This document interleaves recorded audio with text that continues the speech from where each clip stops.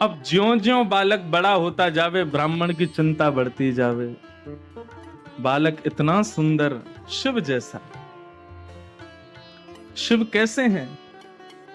बोले जैसे चांदी का कोई पहाड़ हो, ऐसे चमकते हैं महादेव। यदि कभी प्रकट हो जाए तो ऐसे दिखेंगे, बिल्कुल शिव जैसा वो बालक।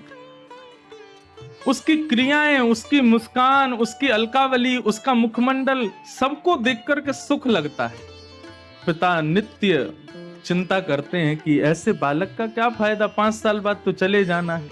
नित्य उसको गंगा स्नान कराते, नित्य विश्वनाथ का दर्शन कराते, नित्य काशी के संतों को प्रणाम करवाते, काशी के विद्वानों के सन्मुख ले जाकर के बैठ। उस बालक की ऐसी स्थिति हो गई, वो सबको प्रणाम करता था। एक बार जब उसकी आयु 4 वर्ष की हो गई, 1 साल की आयु रह गई, तो उस बालक को लेकर के उसके बोले, महाराज महादेव ने मुझे ये दिया है, लेकिन इसकी आयु केवल 5 साल की है और ये 4 साल का हो गया, मैं इसके बिना रह नहीं पाऊंगा। आप कैसे भी इसको जीवित रखो, इसकी आयु बढ़ाओ, आप संतों में ताकत है, आप चाहो तो महादेव को कह सकते हो मेरा भाव।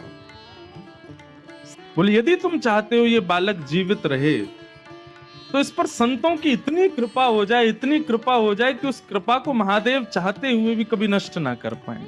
एक दिन आया और उस गली में महादेव के प्रथम 7 शिष्य, सप्त ऋषि, शिव के पहले 7 शिष्य हैं, सप्त ऋषि पधारे।